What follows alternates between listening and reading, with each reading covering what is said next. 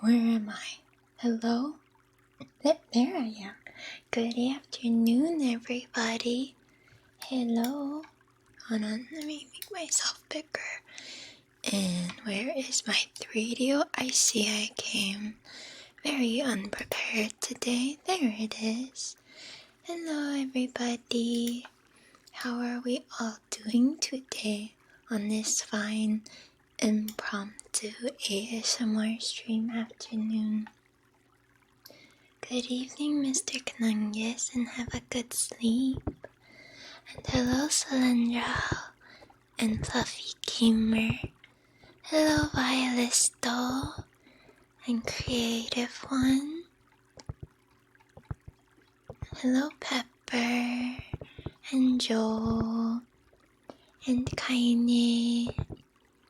Hello, Hugh and Artifice. We had to cut the Among Us movie short. It was too sus, but it didn't look all that interesting, honestly. Hello, Kylo. At least from the first part that we saw. I am good, thank you.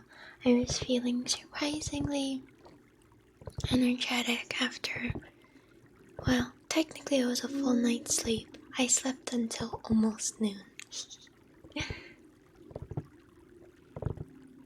Thank you, Artifice. I am glad that I was negative. Always a good thing. And now we can just vibe today. Fell asleep before the movie started. It was super comfy then. I hope you had a good sleep, Violet, though. Early streaming, yeah. Generic cold. I think I might have just eaten something bad, maybe? Possibly. I'm not sure. But I'm better now. All better. All good now. Just resting. But. Many colds, yeah. I don't think it was a cold. Usually my colds are have different symptoms. I did not quite have the sneezing and such. But here you're feeling better. Thank you, thank you. Alrighty. Let me adjust this a little bit over here. There we go. And today, I wanted to try some hair brushing triggers. I'll see how that sounds. I like listening to it sometimes, so I thought why not try it out. Hello Rose, welcome. And hello Sinbird. Alrighty. I have my trusty hairbrush here. I should probably replace it actually. I don't know how often you guys replace your hairbrushes. Mine starts getting a little ugly after like half a year or so usually. But I'm always too lazy to get new ones. I need to just get like a really nice hairbrush maybe. You're brushing one of your favorites? Yeah, hopefully it sounds nice. Let's try it out. I have a lot of hair, so I always need to brush it for quite a while. Hello, Symmetrical.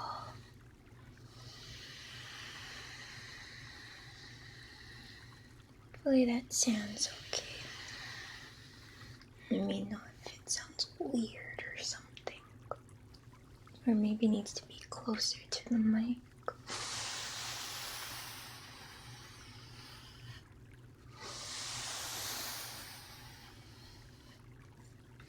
I figured since we brushed Nikki's fur all day last time, all night, this time we will brush my hair.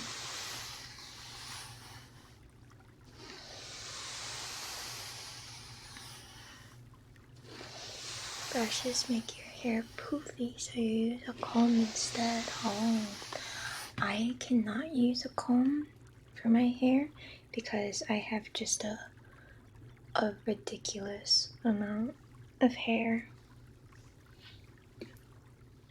Hello, Yume. Welcome, welcome. Used to going to the vending machines, almost deposited your meal inside. Oh no. And not the microwave. Oh no.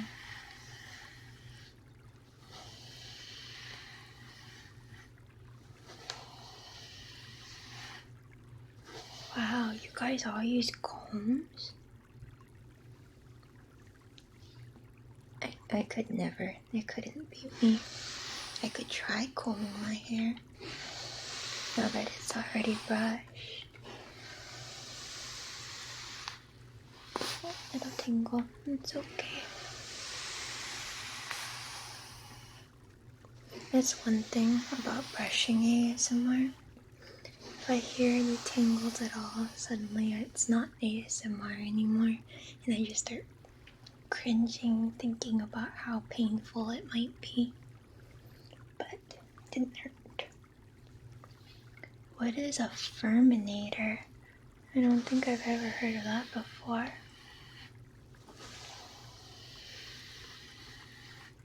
Let's see, where's my other comb?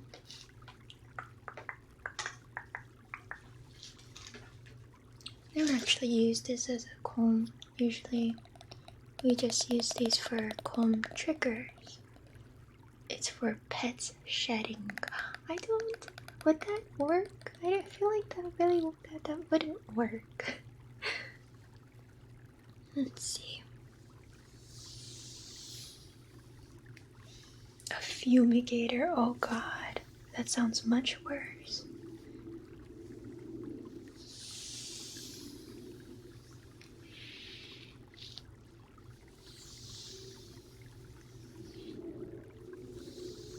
I think I like the brushing sounds better. The comb sounds are very quiet. It's okay. We will leave the comb sounds for comb sounds and not comb brushing.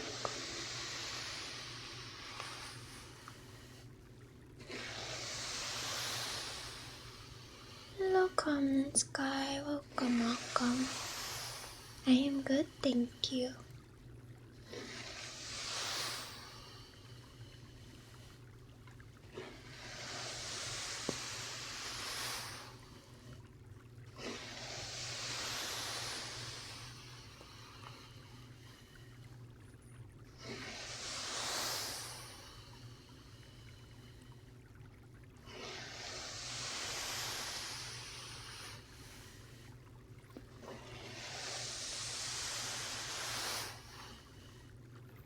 Brush, brush. This is the most detangled my hair has ever been. Usually I just run a brush through it once. Like I just brush through it once, not like super thoroughly, and call it a day. Because I am very lazy.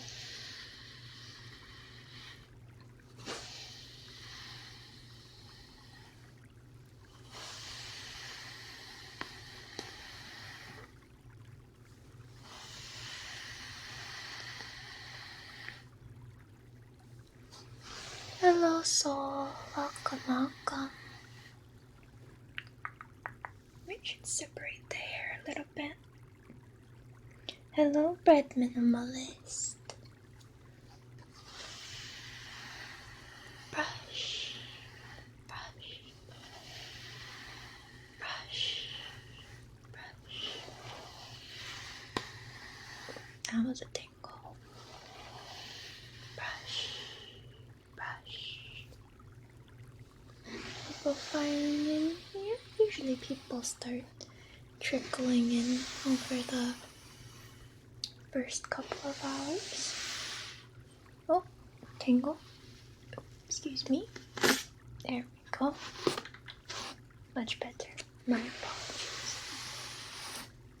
There's always hidden tingles in my hair. no matter how much I brush it.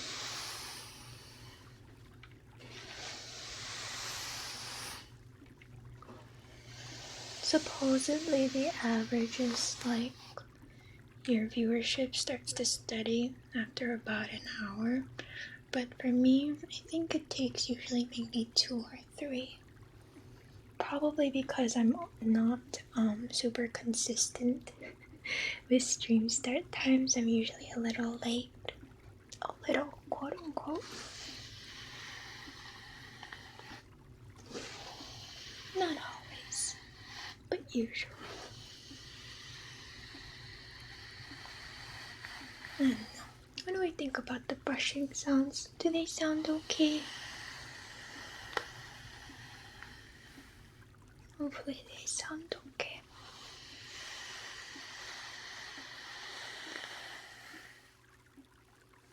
I wonder if different brushes make nicer sounds. Probably.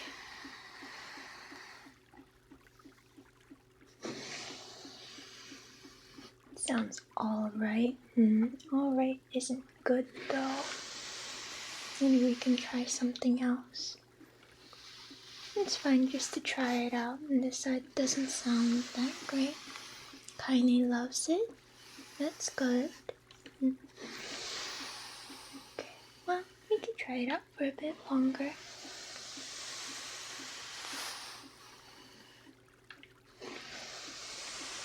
Maybe I can try closer to the mic.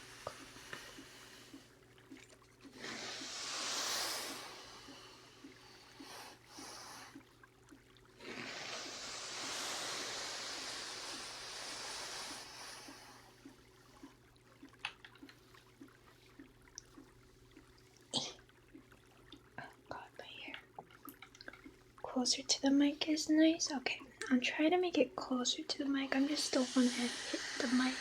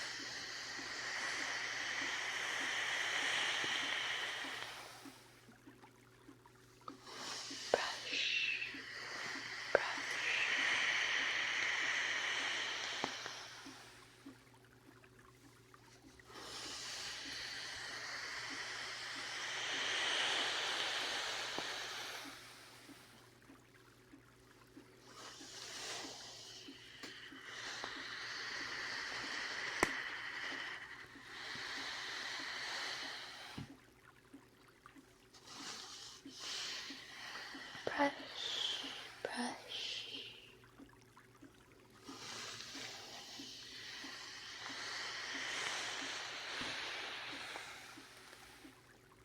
Okay, let's try the other side.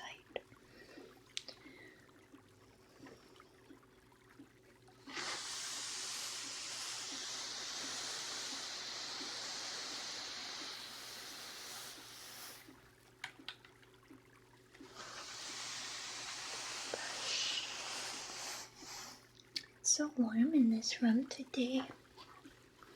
Warmer than usual, I think. Let me move this over here. Whee-yaw.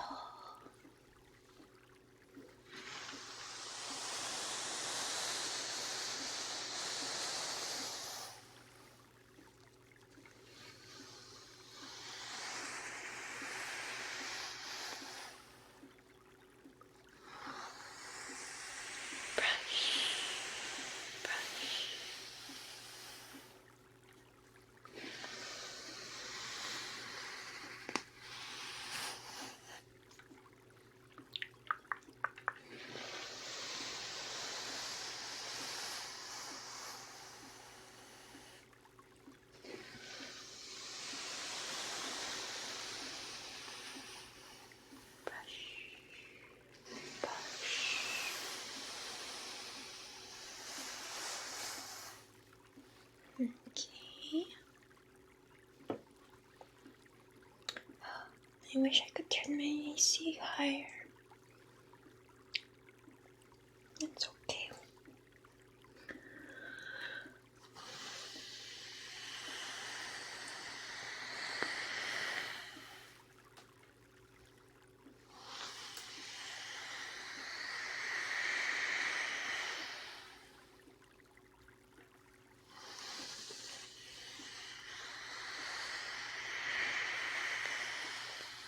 Have a good sleep, Symmetrical.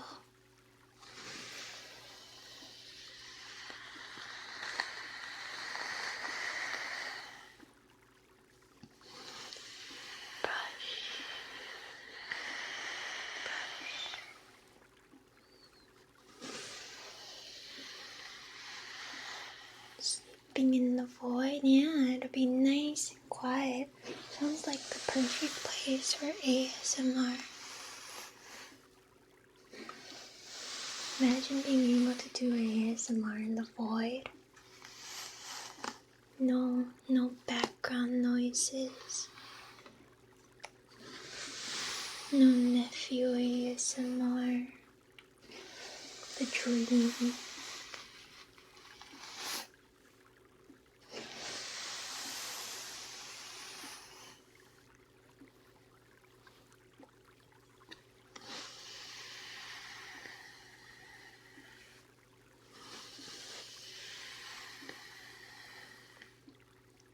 Hello, T-Deck and Rick Nick. I am good, thank you. It is a good emote, yeah. Better get one of those pocket dimensions, yeah.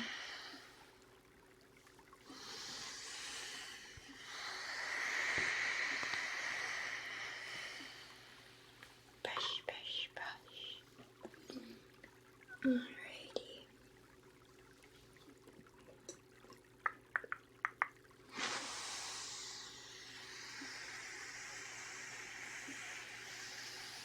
Brush.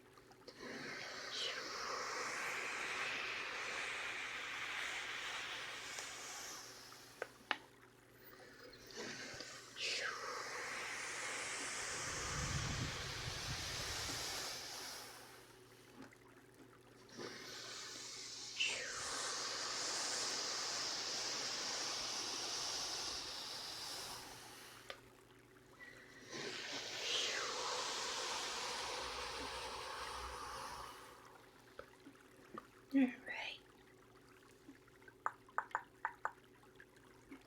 Let's see. Good movies after the mansion one? Not really, unfortunately. The last one we watched, what was it? The Blue Room? I thought it was gonna be more horror-ish, but it was more of a murder mystery. Hello, Blazing Confetti. Thank you so much for the 100 bits.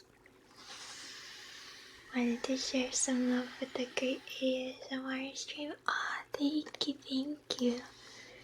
I hope you have a nice comfy time. Brush.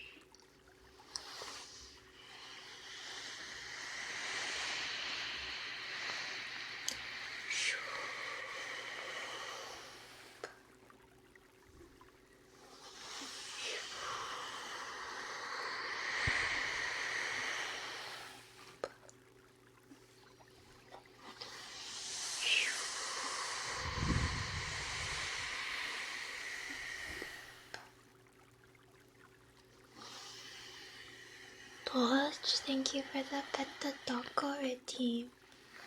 Alrighty. I will give Nikki very gentle pets. She is sleeping night right now. Must be hungry? No, she's sleeping.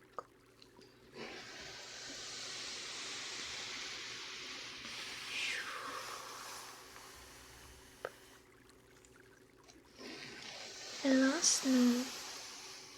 You feed him after sleeping? It'll be about his lunchtime, yeah.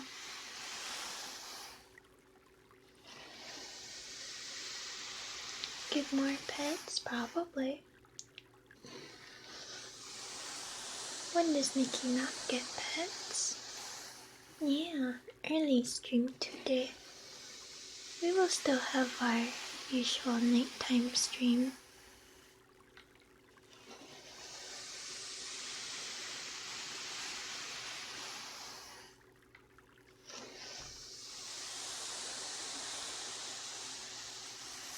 Have a good lurk, Snow. Alright. And back on the other side. I am glad you guys seem to like the hairbrush. I wasn't sure how well it would get picked up in the mic.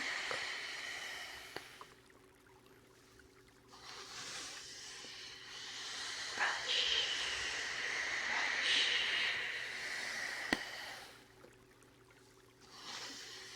Hello, Toby. Welcome.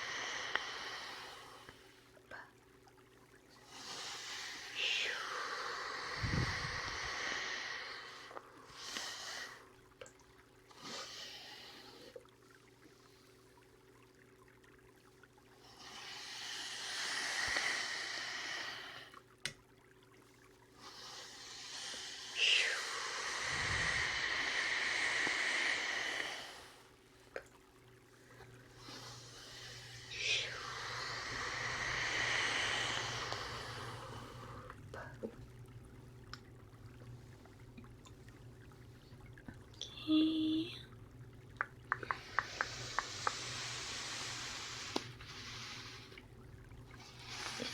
Tingle, it's okay.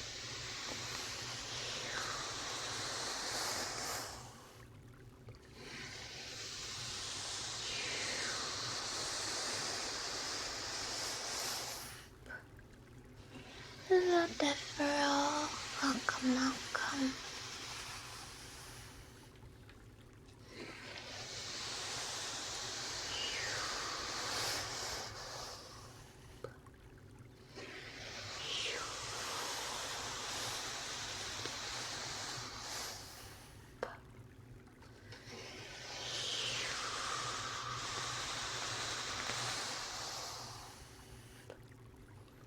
No, Ethan. Yes, we have early daytime stream today.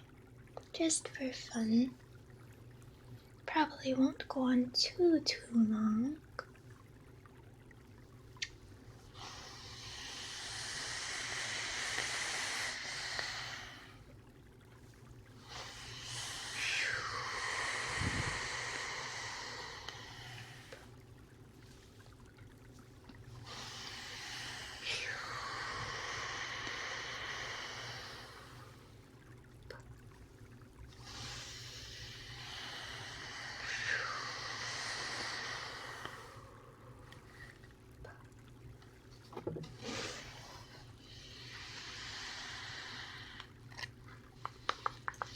Another tingle. One second. There we go.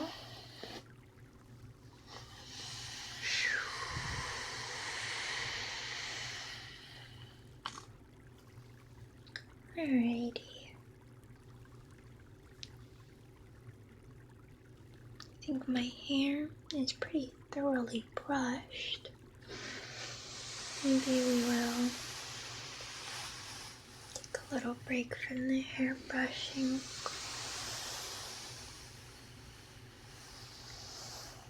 Try out a different trigger. Hello, Onyx. Thank you for the hydrate routine.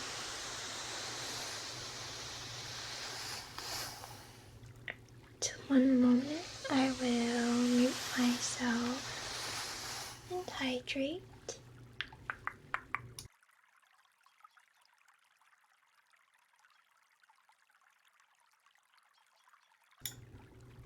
Hello, hello.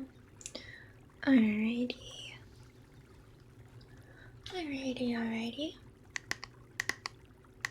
That was the hair brushing triggers.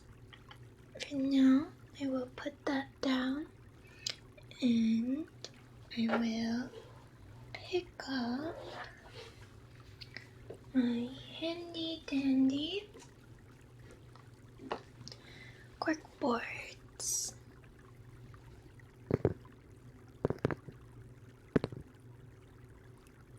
Try one at a time first.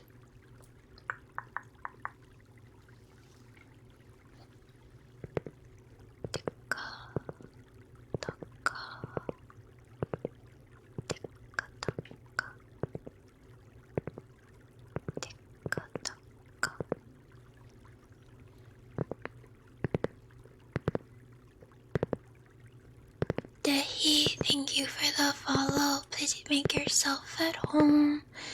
As thanks for your follow, I will give Taco a pet. Sorry. Pet.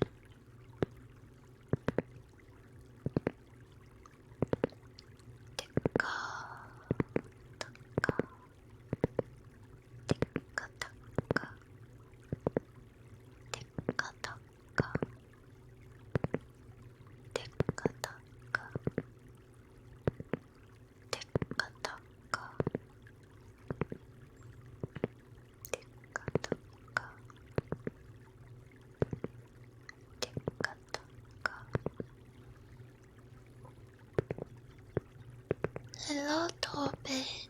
Welcome.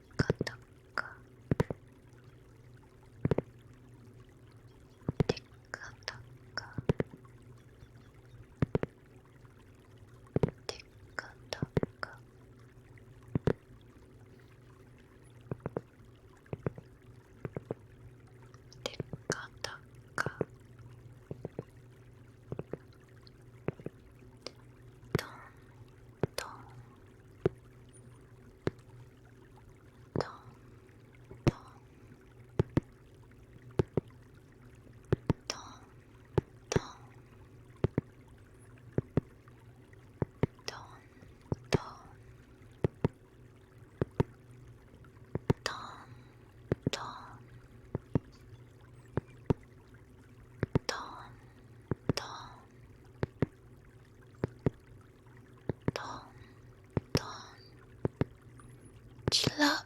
Thank you for the follow. Please make yourself at home. I will give Taco another pet. Pet.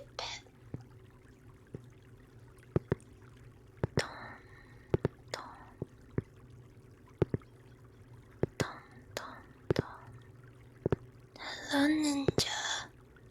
Hello, how are you? I am good today, thank you. We're just vibing. El Sagittario and Obsidian Healer, thank you for the follows as well. 2 more pets for the Taco. Pet. There we go.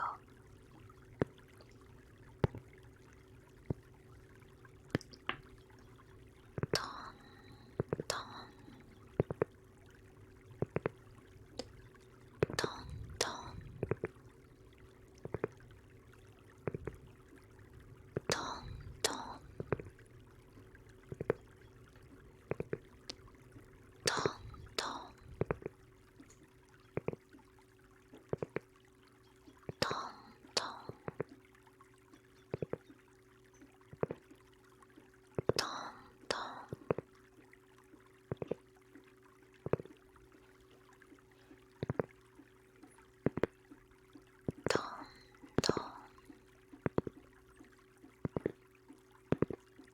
somebody is doing some kind of construction work down the street. Extra tapping sounds, I guess. Tom, tom, tom, tom. Ticka, ticka. Ticka, ticka. Ticka, ticka. Ticka, ticka.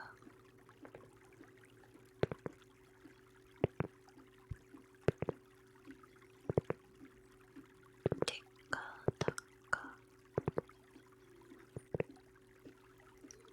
Tom, tom, tom, tom. Tom, tom, tom, tom. Tom, tom, tom, tom. Tom, tom, tom, tom.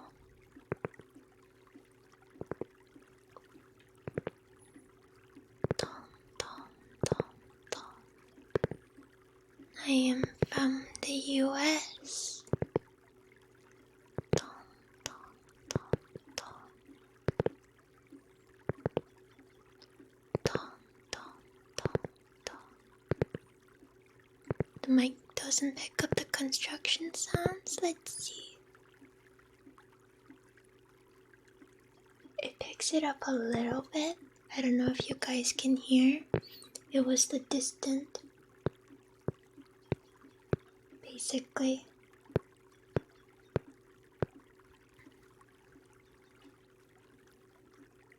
They're hammering something. Toki, toki. Toki, toki.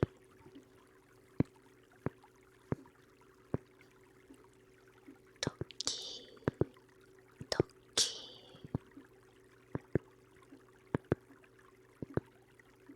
Toki, toki.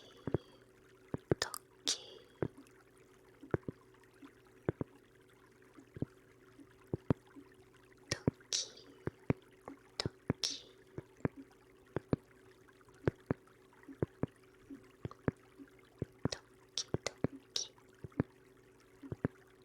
Toki, toki. Toki, toki. Toki, toki. Toki, toki.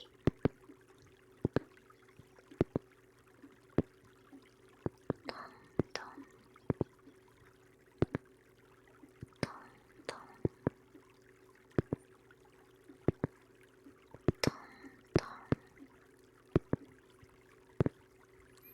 Tom, tom. Tom, tom, tom, tom. Tom, tom, tom, tom. Tom, tom, tom, tom. Tom, tom, tom, tom.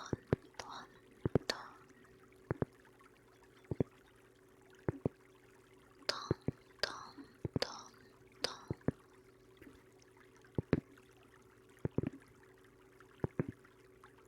Tom, tom, tom, tom. Tom, tom, tom, tom.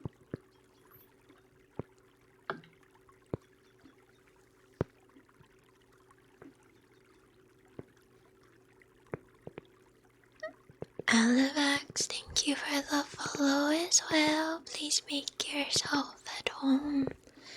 As thanks for your follow, I will give Toko another pet.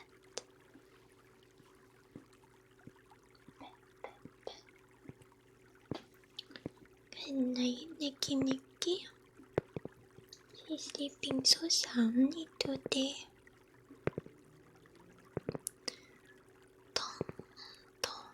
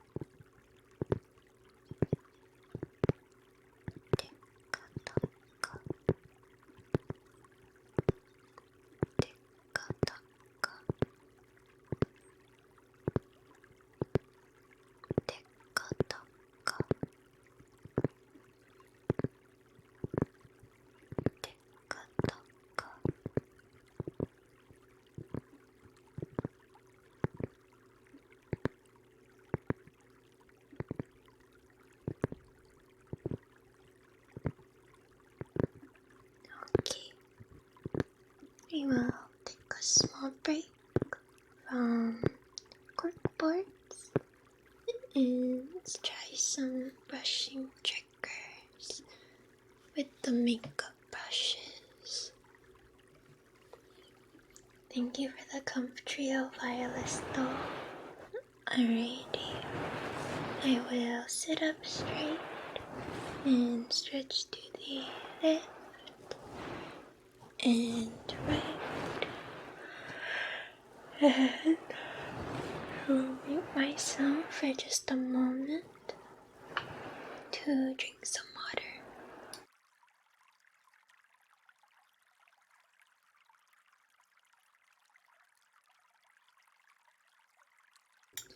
There we go.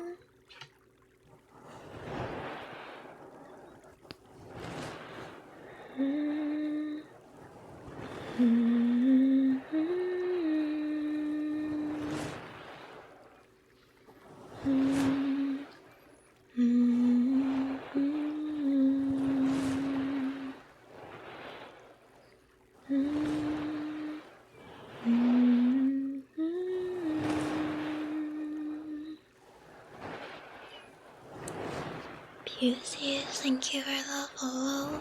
Please make yourself at home. As thanks for your follow, Doggo gets another pet. Pet.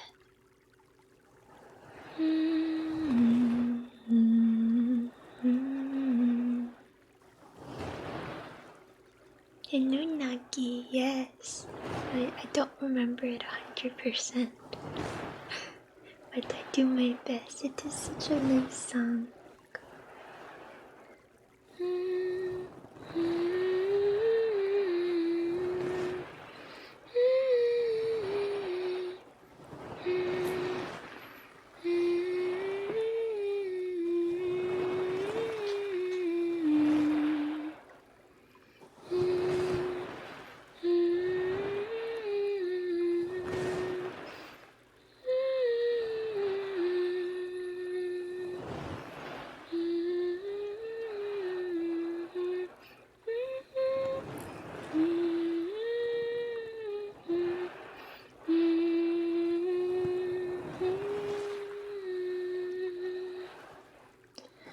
Hayden Jones, thank you for the follow. One more bit for the taco.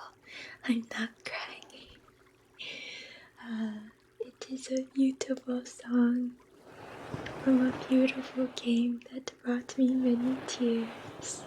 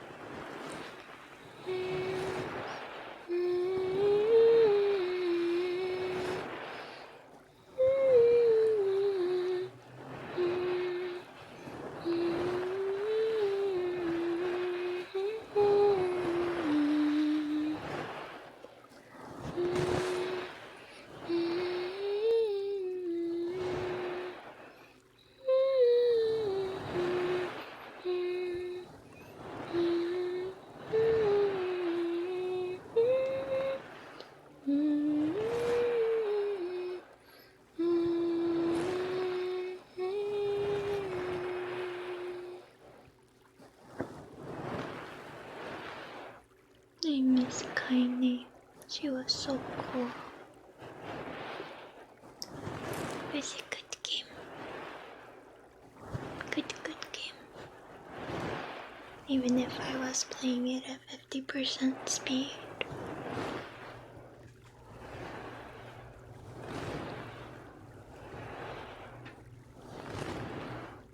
My mic stand.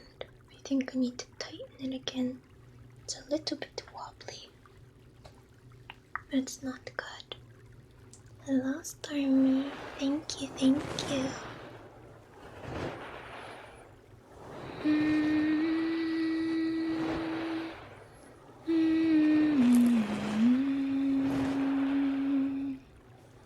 Yes, Violista. That was Kaine's song.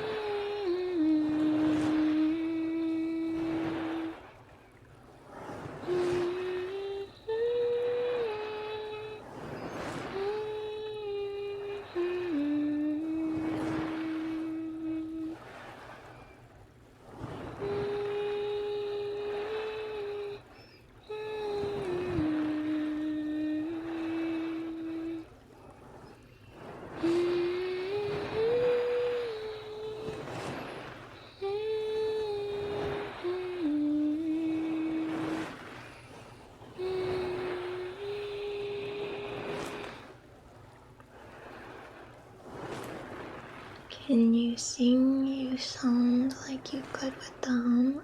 I don't know the lyrics for one, and for two, we generally only take the trigger request via the channel points, so you could redeem it like that, but I still could not sing the song.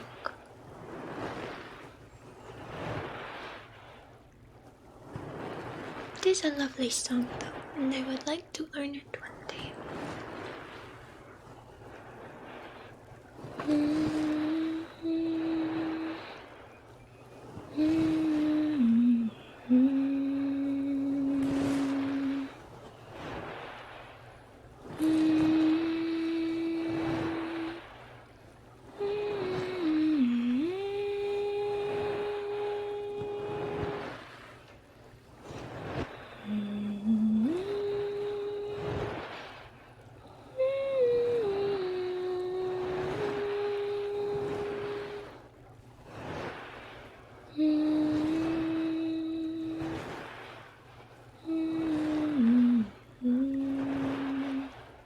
I'd like to play new, but I'm still trying to work my way through Dragon Guard.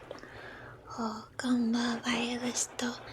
I have heard that the experience is not the best, even though the story is very good. It looks good though. I hope you have fun.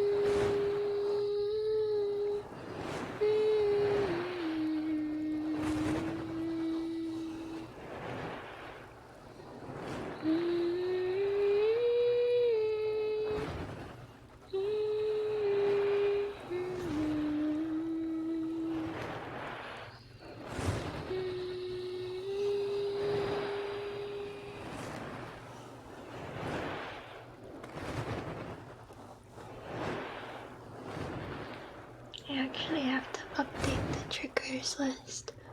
I was supposed to add whispering too, I think. And the hair brushing, I guess. Hello, welcome, welcome. Or it's IP, right. Hello, Durpin, welcome, welcome. I always forget.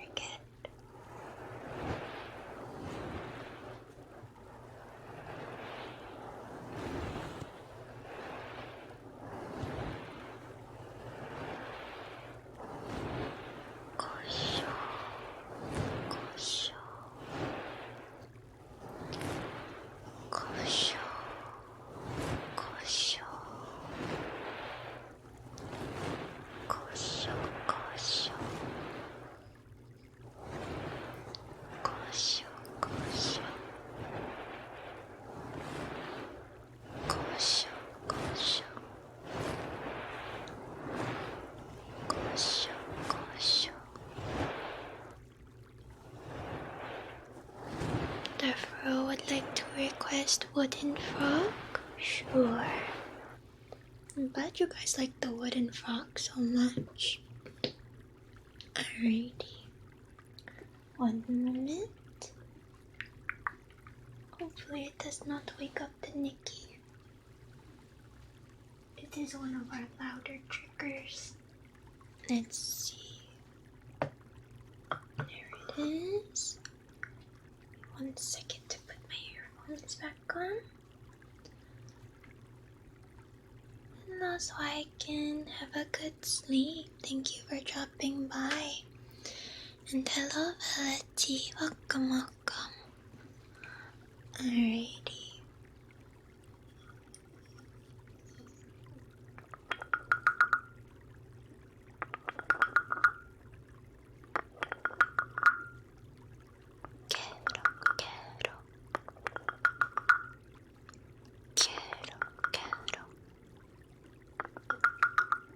My nephew has also taken to the wooden frog. He was so enchanted by it when he first saw it in my room. So I let him play with it, and he liked to tap on it and on the tummy too, like that. So, nephew ASMR soon. Even more so than before. It's cute, yeah. He just likes messing with all of his Auntie Jen's things.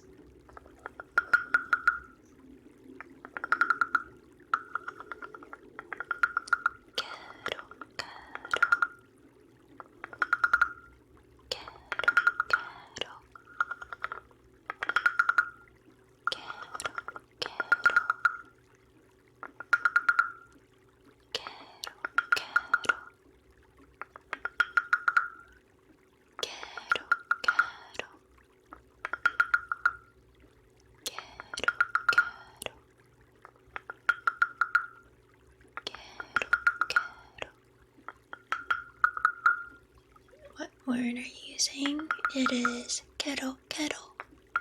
That's T. It is what frogs say in Japanese, since we are doing wooden frog triggers.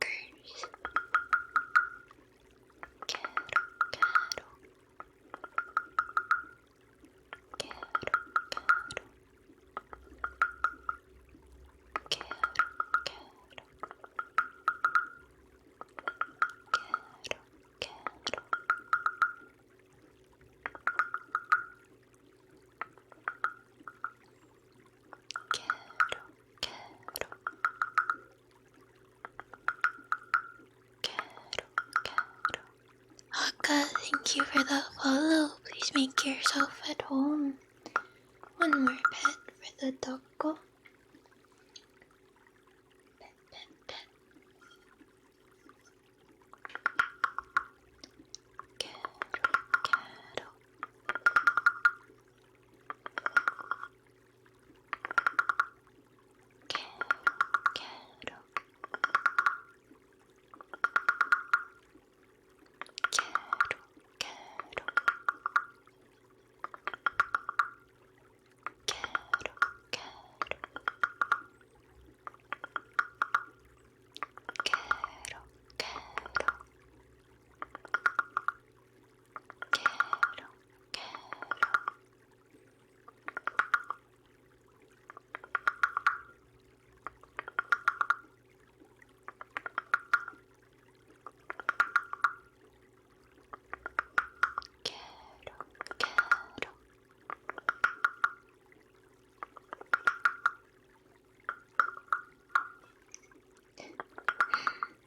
No need for that, Durban, because the refollows do not count. However, you can redeem pets for channel points.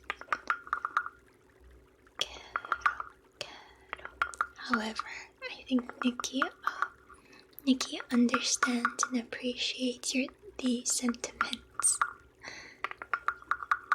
I hope you have a good nap, Papa Rowan.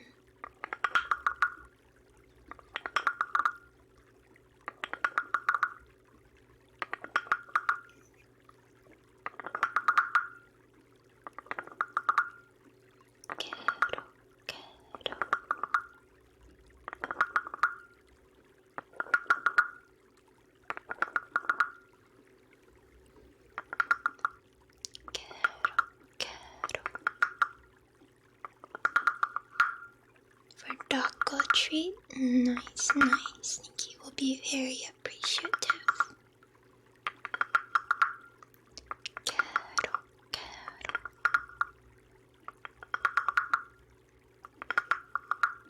Kettle, kettle.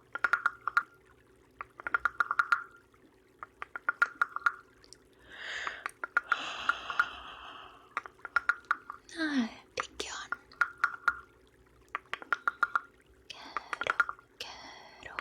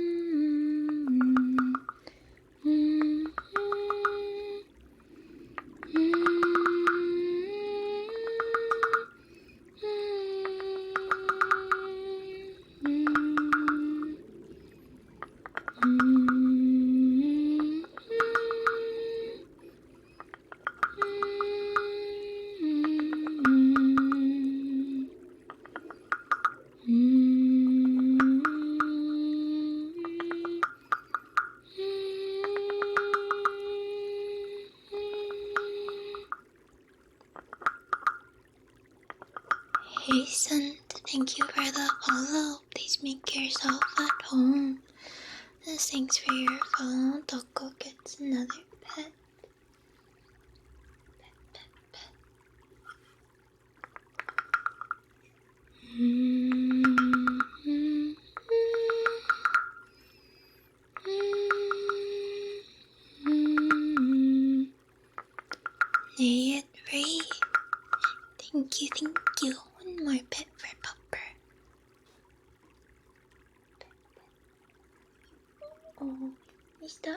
eyes slowly starting to open. Just a little bit. Good night, Nikki. Hello, Kraken. Stream is going well, thank you. We are just vibing and doing some wooden frog triggers right now.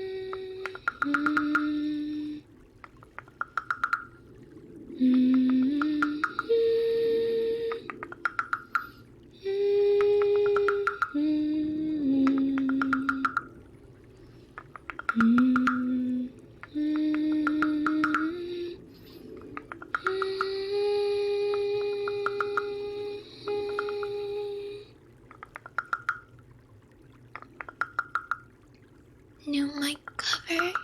Yeah, I usually switch between this one and the other one. I really like this one. Very pretty. Hello, Miku.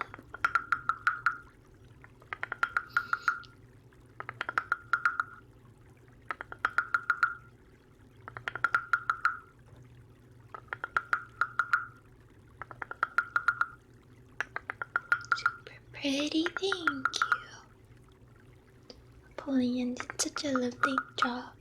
He gave me so many different colors too. Wee.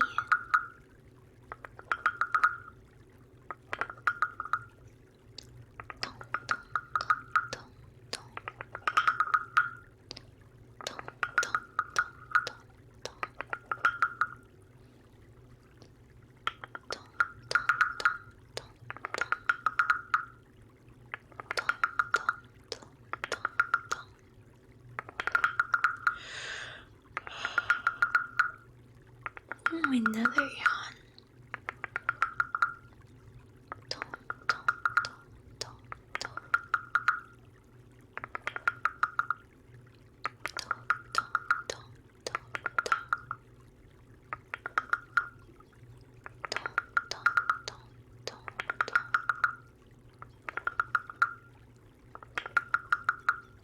Even Jen is sleepy. Jen is always sleepy, to be honest.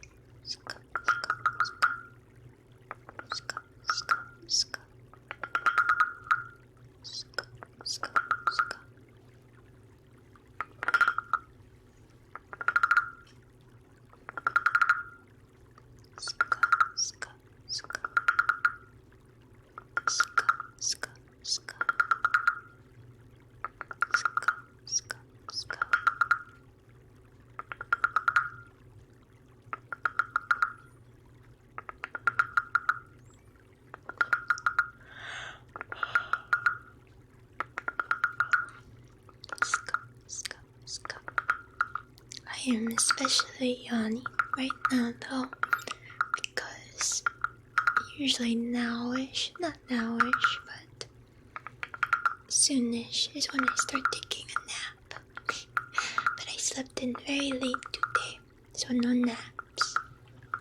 Trying to fix the sleep schedule. no good to go to sleep at 3 a.m. every night. Gonna have a hard time getting up for work next week.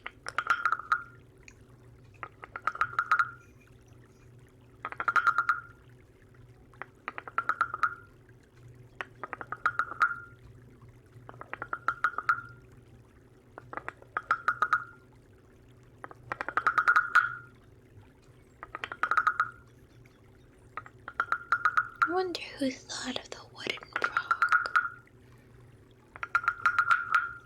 Assuming it was made as like a children's toy, maybe. He sounds so nice though.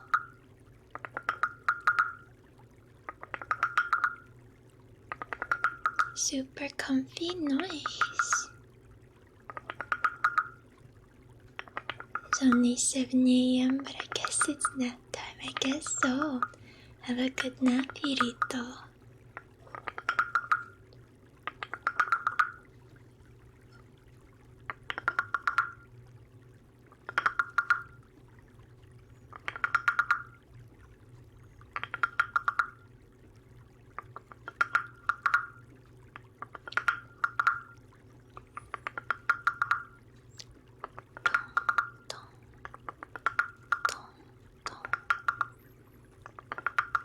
I am glad you enjoy Wooden Frog.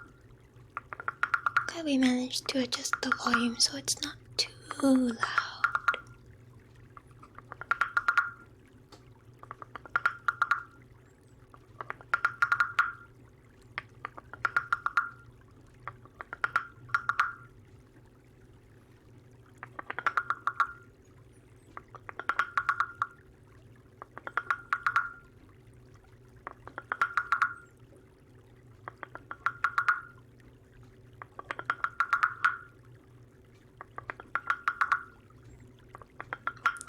Almost 1 a.m. for Kraken. Apparently the idea came very early Africa or Aztecs. Wow. I wonder what they intended it as. Probably not for ASMR, is my guess.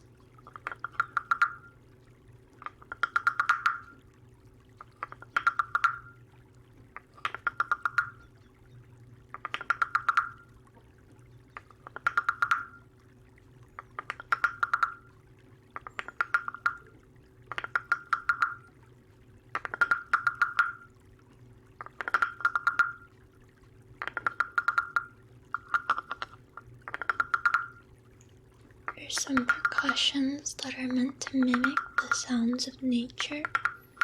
I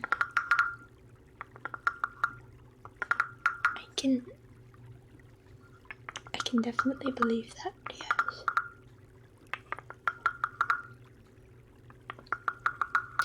Alrighty. I think that's been about enough time for Wooden Frog triggers. What was that? 20 minutes or so? How are you, Jen? I'm good, Heart. Thank you. There's something called a rain stick. I've heard of it. I'm not quite sure what it sounds like. Does it sound like rain? Alrighty. Gently put the little drumstick back in the little frog's mouth and set him down over here. Okay, let's do a little stretch. Alrighty. Bigger stretch. There we go. Let's see. Sort of, yeah. Is it like a... I think I might have heard of it. Is it like a stick and there's like beads or something inside? And you move it from one end to the other. And it sounds like water or something.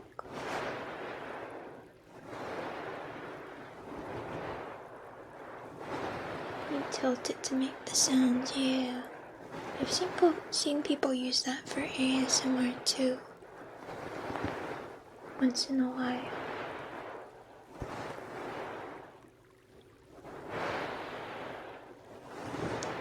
It has one noise.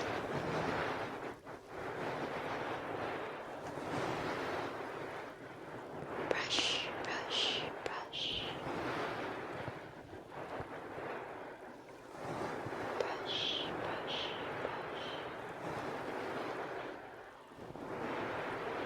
Like pouring sand on a sheet of metal at a 45-degree angle. Yeah, I've listened to it before. I don't know if it triggers ASMR for me personally, but it sounds neat.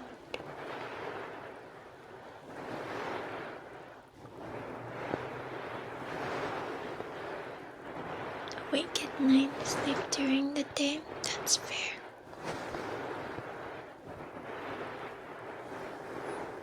Gocho, gocho, gocho, gocho.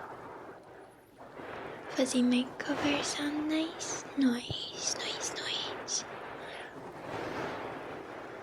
Gocho, gocho,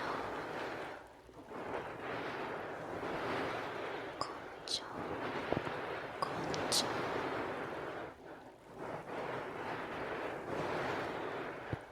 Gocho, gocho.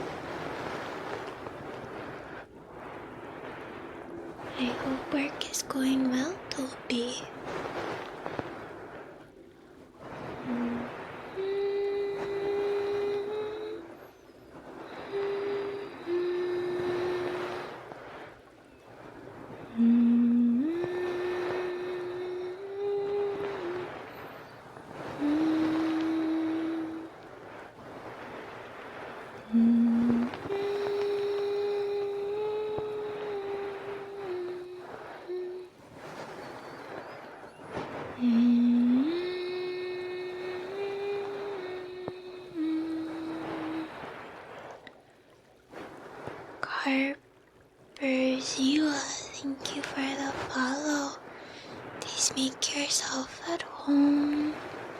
This thing's for your follow. Toko gets another pet.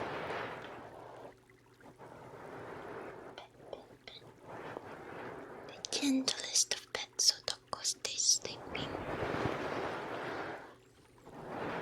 Productivity amped up to 100%. Nice. Hello, Mr. Ticket. Oh yeah. We are having a early afternoon stream today.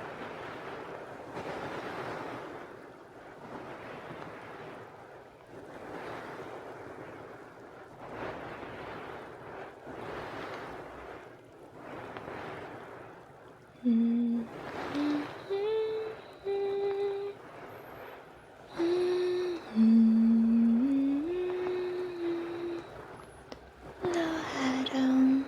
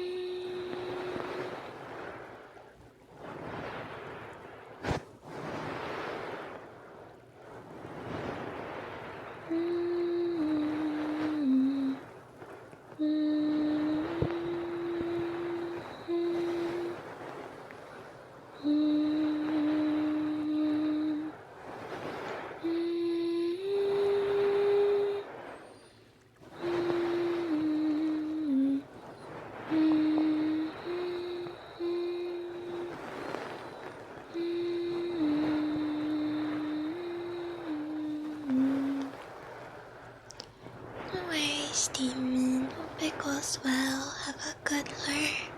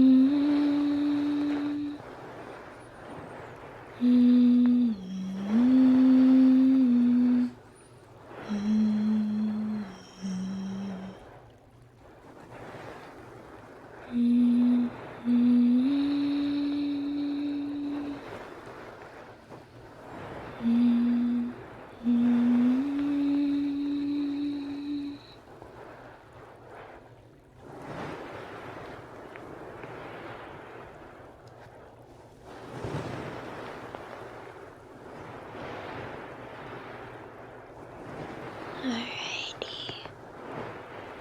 I think after this, we will try some reading.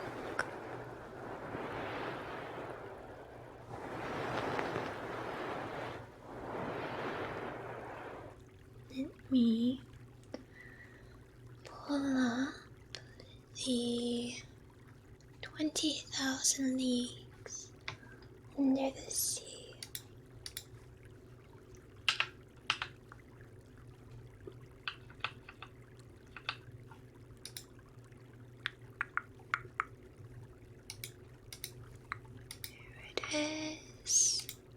This one, and I believe we were on chapter 4.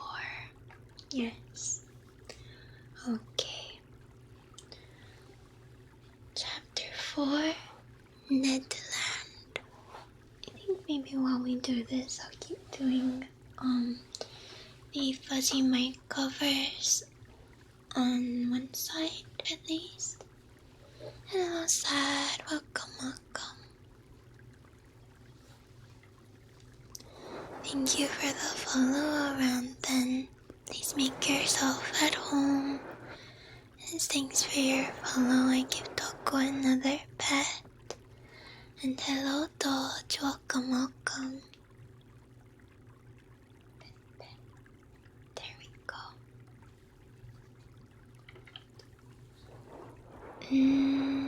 How shall we do this? Maybe I will move it over here. Yeah, there we go. That's fine. Hello, compadre. Welcome, welcome. Alright. 20,000 Leagues on the Sea. Under the Sea. Jen, what are your thoughts on ASMR with Echo? If done right, it sounds really nice. But some of it I don't care for. But if it's done well, then I like it. Yeah, personally speaking. Sometimes it can be really tingly. Personally, I don't think that I would do it though. Captain Farragut was a good seaman, worthy of the frigate he commanded. Is it frigate? Frigate? His vessel and he were one. He was the soul of it. On the question of the monster, there was no doubt in his mind, and he would not allow the existence of the animal to be disputed on board. He believed in it as certain good women believe in the Leviathan, by faith, not by reason. The monster did exist, and he had sworn to rid the seas of it. Either Captain Farragut would kill the narwhal, or the narwhal would kill the captain. There was no third course. The officers on board shared the opinion of their chief. They were ever chatting, discussing, and calculating the various chances of a meeting, watching narrowly the vast surface of the ocean. More than one took up his quarters voluntarily in the cross trees, who would have cursed such a birth under any other circumstances. As long as the sun described its daily course, the rigging was crowded with sailors whose feet were burnt to such an extent by the heat of the deck as to render it unbearable.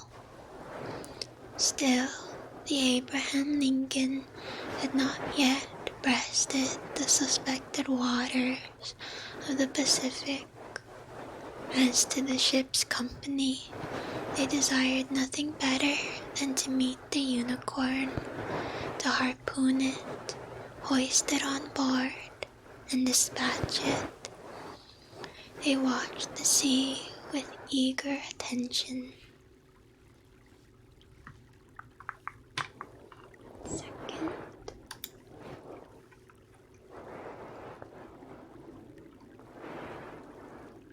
Besides, Captain Farragut had spoken of a certain sum of $2,000 set apart for whoever should first sight the monster, were he cabin boy, common seaman, or officer. Rivel, thank you for the follow. Please make yourself at home. As thanks for your follow, Taco gets another pet. She's a little bit awake. Her eyes are open, yeah, Nikki? Go back to sleep. Night, good night. I leave you to judge how eyes were used on board the Abraham Lincoln. For my own part, I was not behind the others, and left to no one my share of daily observations. The frigate may have been called the Argus for 100 reasons. Only one amongst us, Conseil, seemed to protest by his indifference against the question which so interested us all, and seemed to be out of keeping with the general enthusiasm on board. I have said that Captain Farragut had carefully provided his ship with every apparatus for catching the giant cetacean. No whaler had ever been better armed. We possessed every known engine, from the harpoon thrown by the hand to the barbed arrows of the blunderbuss and the explosive balls of the duck gun. On the forecastle lay the perfection of a breech-loading gun, very thick at the breech and very narrow at the bore, the model of which had been in the exhibition of 1867. This precious weapon of American origin could throw with ease a conical projectile of 9 pounds to a mean distance of 10 miles.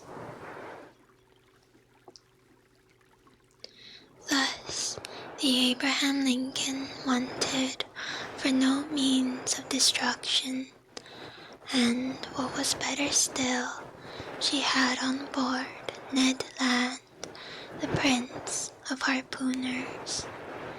Ned Land was a Canadian with uncommon quickness of hand, and who knew no equal in his dangerous occupation. Skill, coolness, audacity, and cunning he possessed in a superior degree, and it must be a cunning whale to escape the stroke of his harpoon. Ned Land was about 40 years of age. He was a tall man, more than 6 feet high, strongly built, grave and taciturn, occasionally violent and very passionate when contradicted.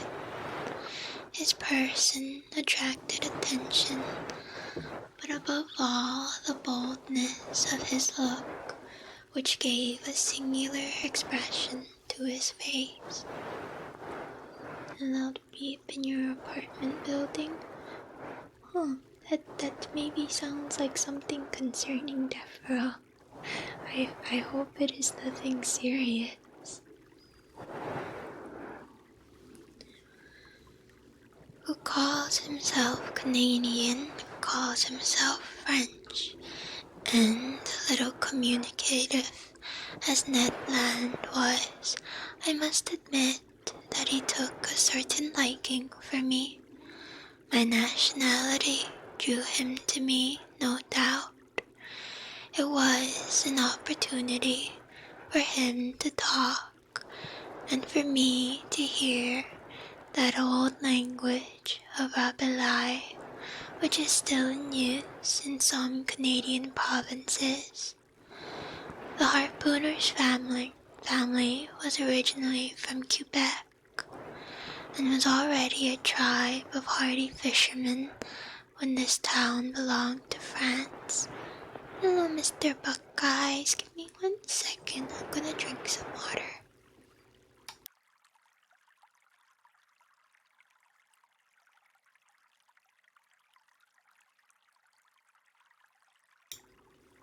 There we go. Let's make sure we stay hydrated, fellas. Alrighty.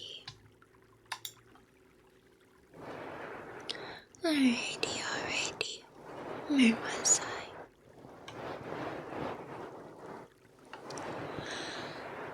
Little by little, Ned Land acquired a taste for chatting, and I loved to hear the recital of his adventures in the polar seas.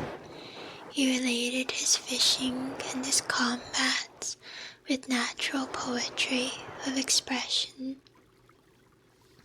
His recital took the form of an epic poem, and I seemed to be listening to a Canadian Homer singing the Iliads of the regions of the north. I am portraying this hardy companion as I really knew him. We were old friends now, united in that unchangeable friendship which is born and cemented amidst extreme dangers. Ah, brave Ned, I ask no more than to live 100 years longer, that I may have more time to dwell the longer in your memory. Now, what was Ned Land's opinion upon the question of the marine monster?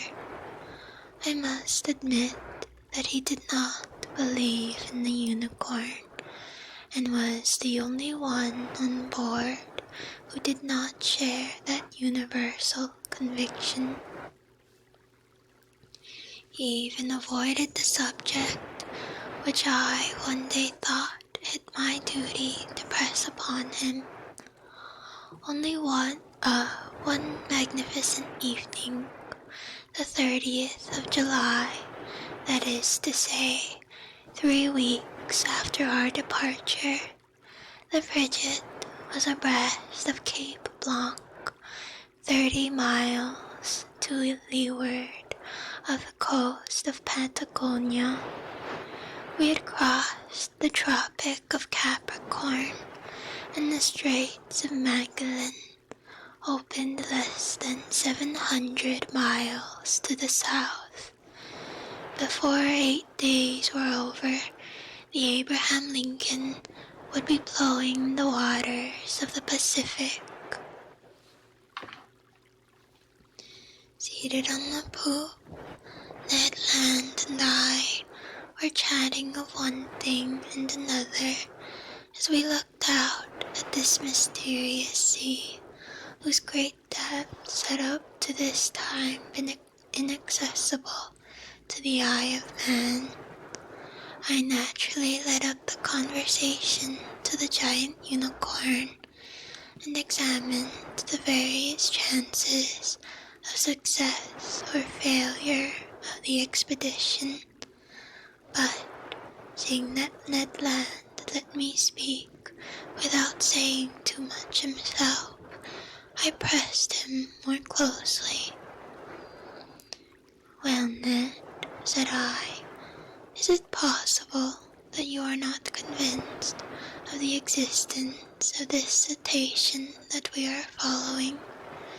Have you any particular reason for being so incredulous?"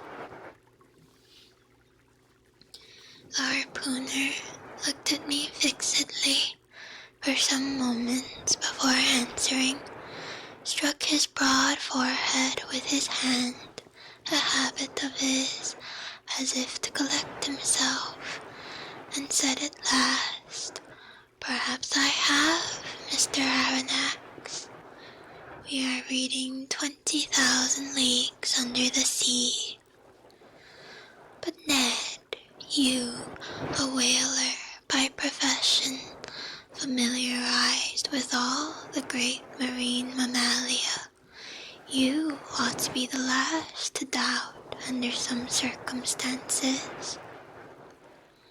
"That is just what deceives you, Professor," replied Ned. "As a whaler, I have followed many a cetacean, harpooned a great number, and killed several. But however strong or well armed they may have been, neither their tails nor their weapons would have been able even to scratch the iron plates of a steamer. But Ned, they tell of ships which the teeth of the narwhal have pierced through and through." "Wooden ships, that is possible," replied the Canadian, "but I have never seen it done, and until further proof, I deny that whales, cetaceans, or sea unicorns could ever produce the effect you describe." "Well, Ned, I repeat it with conviction resting on the logic of facts. I believe in the existence of a mammal power fully organized, belonging to the branch of vertebrata, like the whales, the cachalots, or the dolphins, and furnished with a horn of defense of great penetrating power."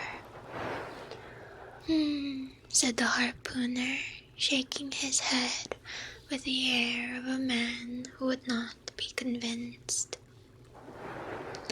"Notice one thing, my worthy Canadian, I resumed.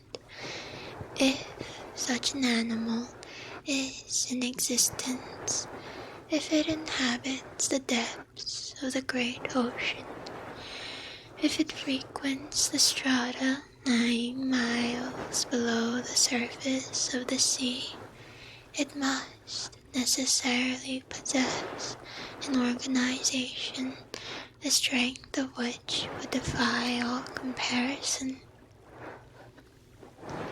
And why this powerful organization?" demanded Ned. "Because it requires incalculable strength to keep oneself in these strata and resist their pressure. Listen to me. Let us admit that the pressure of the atmosphere is represented by the weight of a column of water 32 feet high. In reality, the column of water would be shorter, as we are speaking of seawater, the density of which is greater than that of fresh water. Very well. When you drive, Ned, as many times 32 feet of water as there are above you, so many times does your body bear a pressure equal to that of the atmosphere. That is to say, 15 pounds for each square inch of its surface. It follows then that at 320 feet, this pressure equals that of 10 atmospheres, of 100 atmospheres at 3,200 feet, and of 1,000 atmospheres at 32,000 feet. That is about 6 miles, which is equivalent to saying that if you could attain this depth in this ocean, each square 3/8 of an inch of the surface of your body would bear a pressure of 5,600 pounds. Ah, my brave Ned, do you know how many square inches you carry on the surface of your body? It's a physics textbook, basically. It is 20,000 leagues under the sea. Powerful people works in the submarine, yeah. I have no idea, Mr. Aronnax. About 6,500, and as in reality, the atmosphere is about 15 pounds to the square inch. Your 6,500 square inches bear at this moment a pressure of 97,500 pounds. Without my perceiving it. Hello, Clara. Welcome. Without your perceiving it, and if you are not crushed by such a pressure, it is because the air penetrates the interior of your body with equal pressure, hence perfect equilibrium between the interior and exterior pressure, which thus neutralize each other, and which allows you to bear it without inconvenience. But in the water is another thing. Yes, I understand, replied Ned, becoming more attentive, because the water surrounds me, but does not penetrate. Precisely, Ned, so that at 32 feet beneath the surface of the sea, you would undergo a pressure of 97,500 pounds at 320 feet, 10 times that pressure. At 3,200 feet, 100 times that pressure. And lastly, at 32,000 feet, 1,000 times that pressure would be 97,500,000 pounds. That is to say that you would be flattened as if you had been drawn from the plates of a hydraulic machine. The devil, exclaimed Ned. Very well, my worthy harpooner. If some vertebrate, several hundred yards long, and large in proportion, can maintain itself in such depths of those whose surface is represented by millions of square inches, that is, by tens of millions of pounds, we must estimate the pressure they undergo. Consider then what must be the resistance of their bony structure and the strength of their organization to withstand such pressure. Hello, RPM Red Bull. Welcome, welcome. Why, exclaimed Ned Land, they must be made of iron plates, 8 inches thick, like the armored frigates. As you say, Ned, and think what destruction such a mass would cause if hurled with the speed of an express train against the hull of a vessel. Yes, certainly. Perhaps, replied the Canadian, shaken by these figures, but not yet willing to give in. Well, have I convinced you? Hello, Tardigrade. We are continuing 20,000 leagues under the sea today. You have convinced me of one thing, sir, which is that if such animals do exist at the bottom of the sea, they must necessarily be as strong as you say. But if they do not exist, mine obstinate harpooner, how explain the accident to the Scotia? Onyx, I've told you guys the title like 5 times already. Selective hearing, I tell you.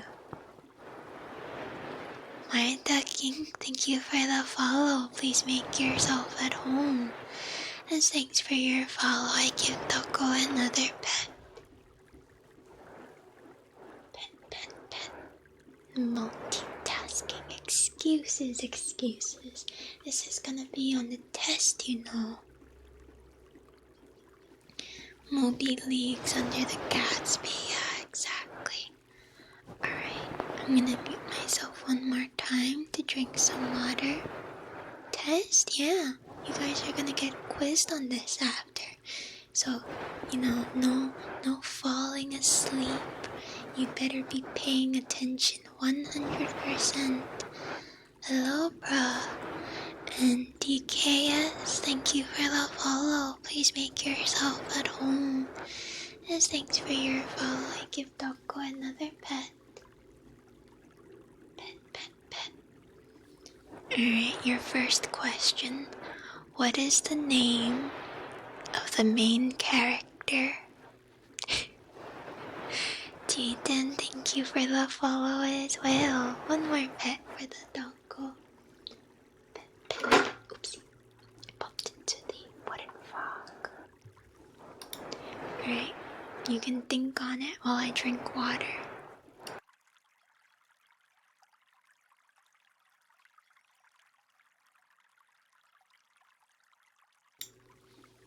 Nobody?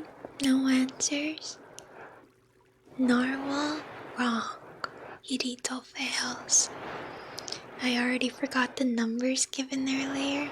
I'll go easy on you guys, and that'll be extra credit.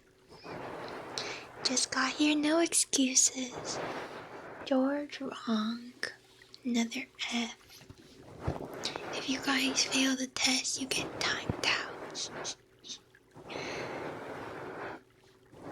Dr. Pierre Aronnax, wrong. You googled that, Onyx. Cheating means bad. Do a little easier.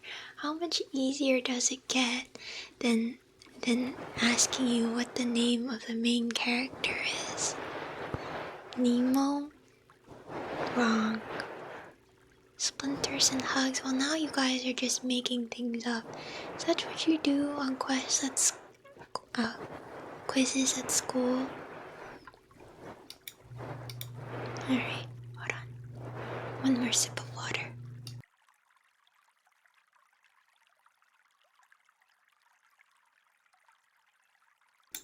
Okay. Next one, please. No. We read more first. Can you come back to the question later? F. No. Veil. Veils for all of you. Chapter 5. Adventure. The voyage of the Abraham Lincoln was for a long time marked by no special incident, but one circumstance happened which showed the wonderful dexterity of Ned Land and proved what confidence we might place in him. The 30th of June. Galactic Red Turtle, thank you for the follow. Please make yourself at home. Kay Tala, thank you also for the follow. 2 pets for Pupper.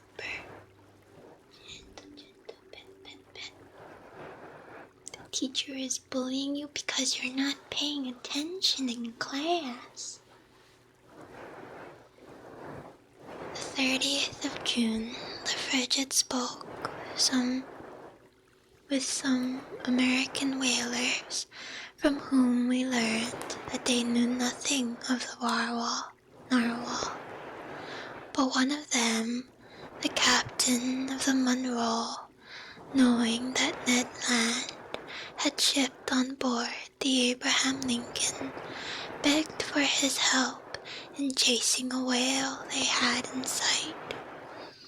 Commander Farragut, desirous of seeing Ned Land at work, gave him permission to go on board the Monroe, and fate served our Canadian so well that instead of one whale, he harpooned 2 with a double blow, striking one straight to the heart and catching the other after some minutes' pursuit.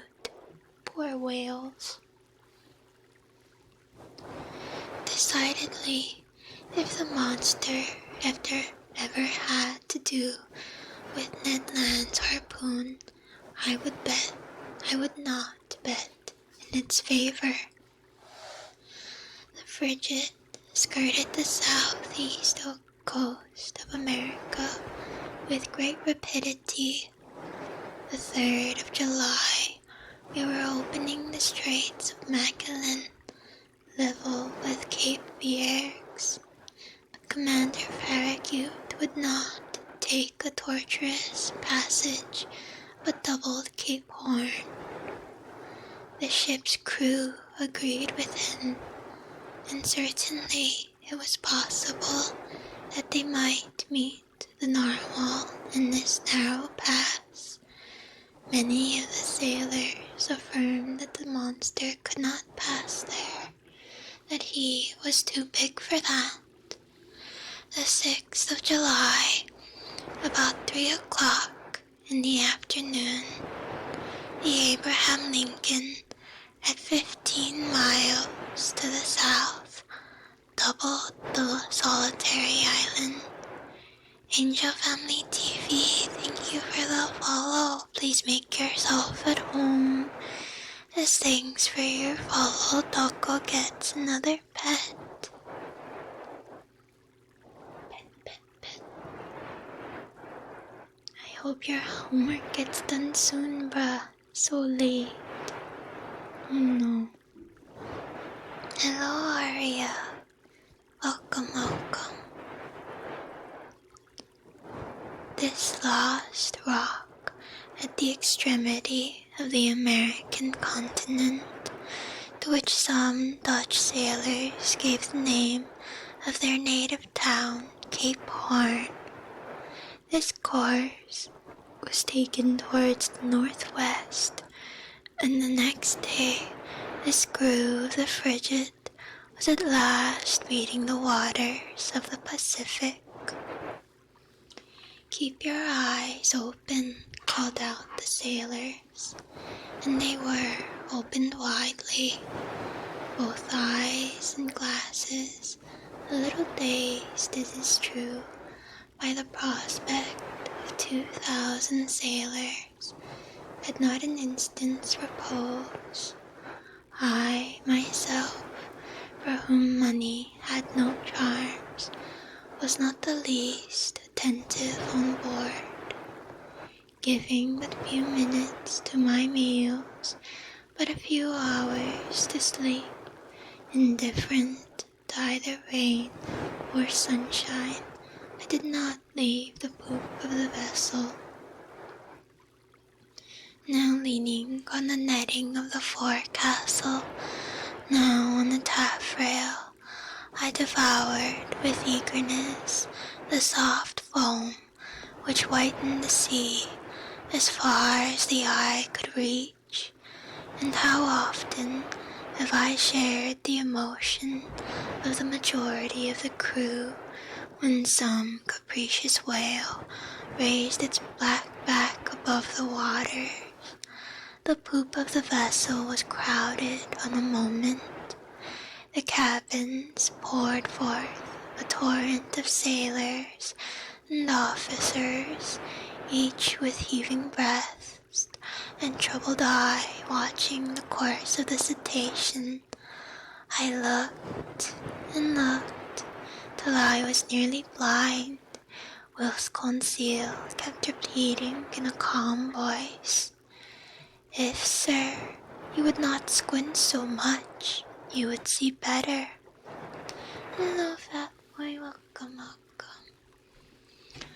With pain, excitement, the Abraham Lincoln checked its speed and made for the animal signal, a simple whale or common cachalot, which soon disappeared amidst a storm of abuse.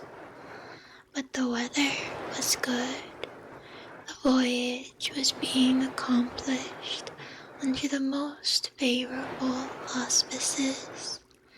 It was then that the bad season in Australia, the July of that zone corresponding to our January in Europe. But the sea was beautiful and easily scanned around the vast circumference. Okay, kindly, have a nice day. Thank you for dropping by.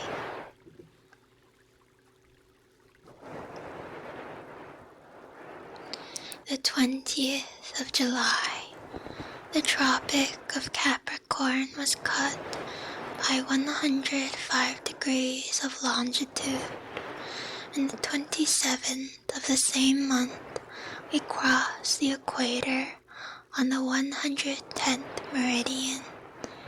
Aimer, thank you for the follow. Please make yourself at home. As thanks for your follow, I will give my doggo another pet.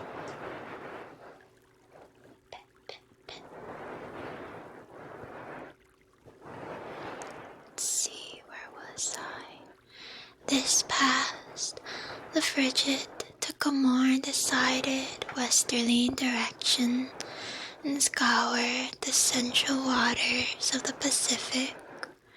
Commander Farragut thought, and with reason, that it was better to remain in deep water and keep clear of continents or islands which the beast itself seemed to shun, perhaps because there was not enough water for him, suggested the greater part of the crew.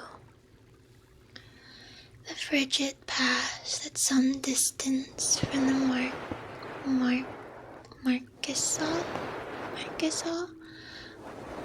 and the Sandwich Islands, crossed the Tropic of Cancer, and made for the China Seas. We were on the theater of the last diversions of the monster, and, to say the truth, we no longer lived on board. The entire ship's crew were undergoing a nervous excitement of which I can give no idea. They could not eat, they could not sleep. 20 times a day, a misconception or an optical illusion of some sailor seated on the taffrail would cause dreadful perspirations, and these emotions, 20 times repeated, kept us in a state of excitement so violent that a reaction was unavoidable. And truly, reaction soon showed itself. For 3 months, during which a day seemed an age, the Abraham Lincoln furrowed all waters of the northern Pacific, running at whales, making sharp deviations from her course, veering suddenly from one tack to another, stopping suddenly, putting on steam, and backing ever and anon at the risk of deranging her machinery, and not one point of the Japanese or what American coast was left unexplored. The warmest partisans of the enterprise now became its most ardent detractors. Reaction mounted from the crew to the captain himself, and certainly, had it not been for the resolute determination on the part of Captain Farragut, the frigate would have headed due southward. This useless search could not last much longer. The Abraham Lincoln had nothing to reproach herself with. She had done her best to succeed. Never had an American ship's crew shown more zeal or patience. Its failure could not be placed to their charge. There remained nothing but to return. This was represented to the commander. The sailors could not hide their discontent. Hello, Ram, welcome. And the service suffered. I will not say there was a mutiny on board, but after a reasonable period of obstinacy, Captain Farragut, as Columbus did, asked for 3 days' patience. If in 3 days the monster did not appear, the man at the helm should give 3 turns of the wheel, and the Abraham would make for the European seas. Thank you for the follow. Please make yourself at home. Just thanks for your follow. I will give my Toko another pet. Pet.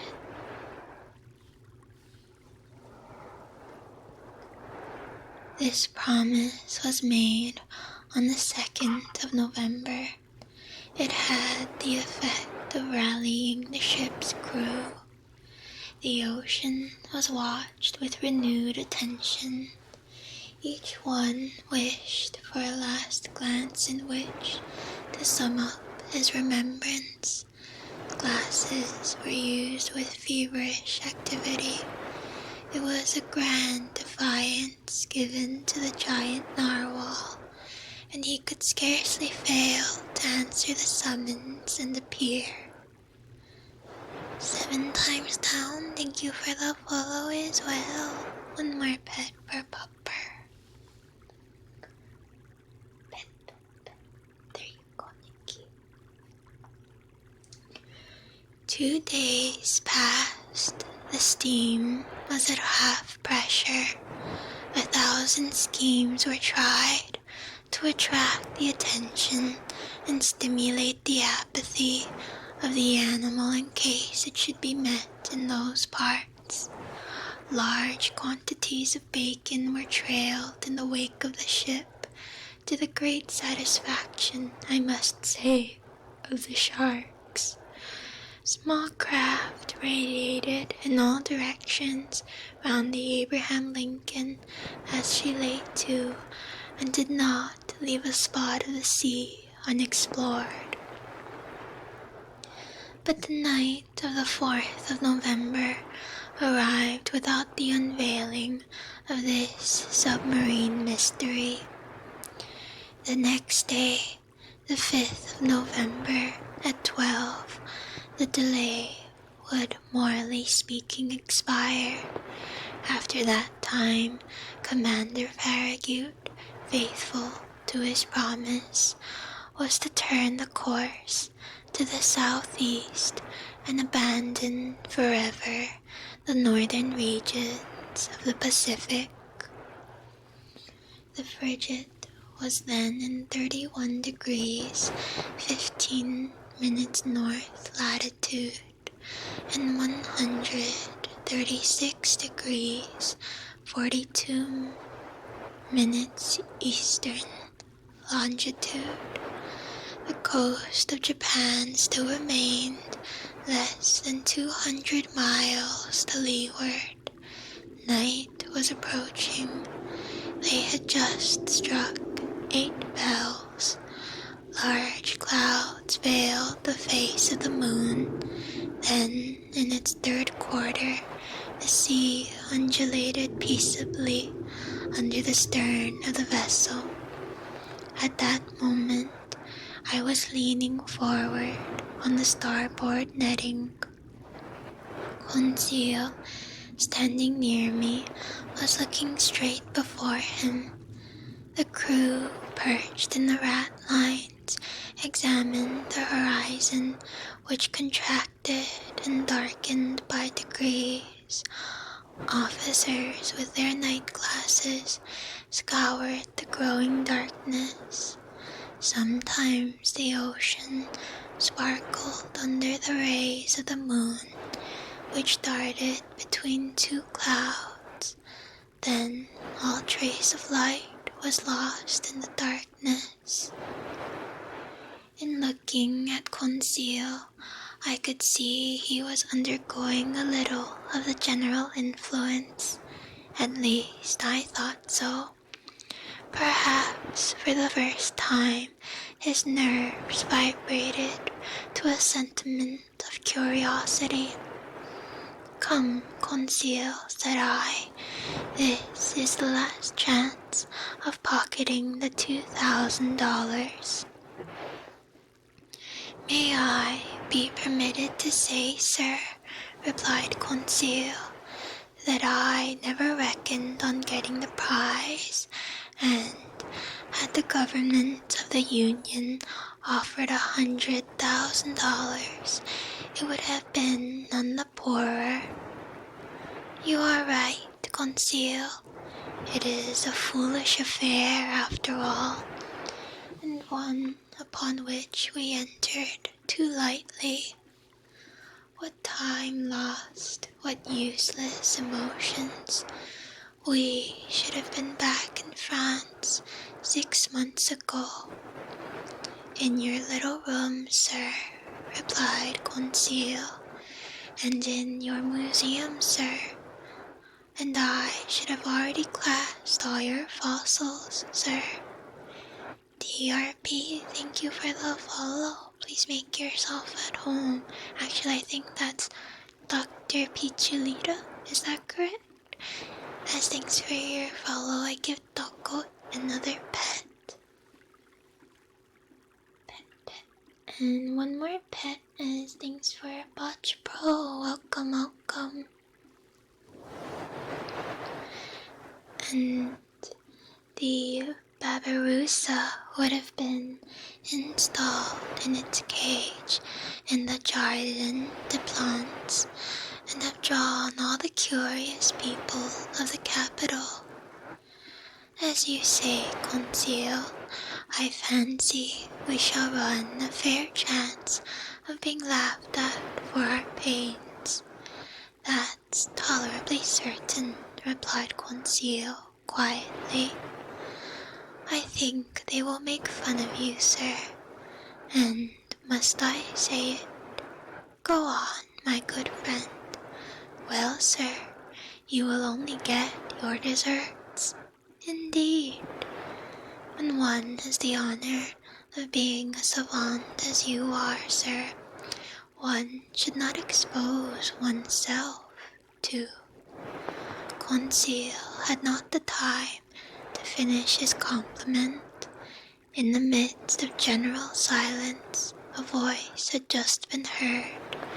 It was the voice of Ned Land shouting, "Look out there, the very thing we are looking for on our weather beam." Chapter 6, At Full Steam. Alright, one moment, I will drink some more water. Hello, Bot. Welcome. I hope you are enjoying the follower emotes.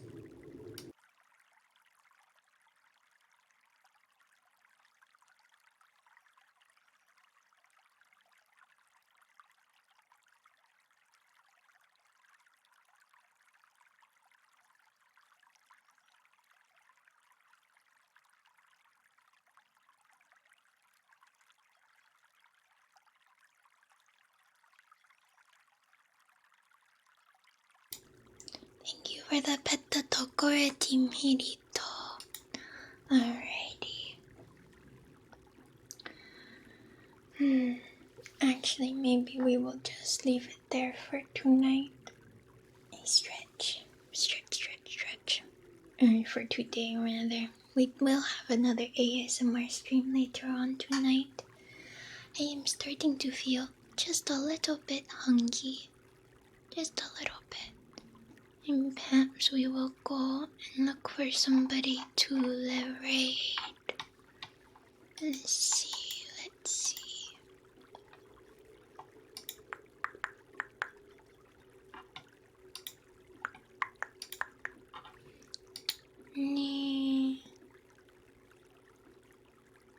Any, no people we can raid today.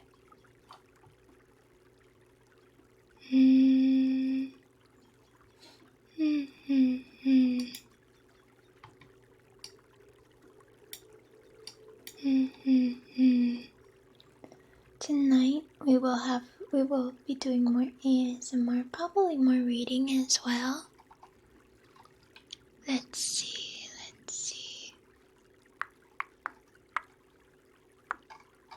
Rate this person. Thank you, Hirito.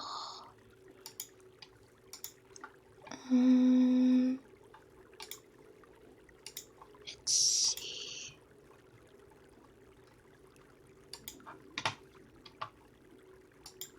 I could rate this person too.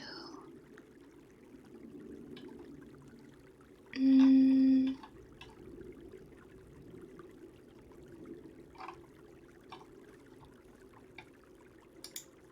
don't think we've ever rated them before.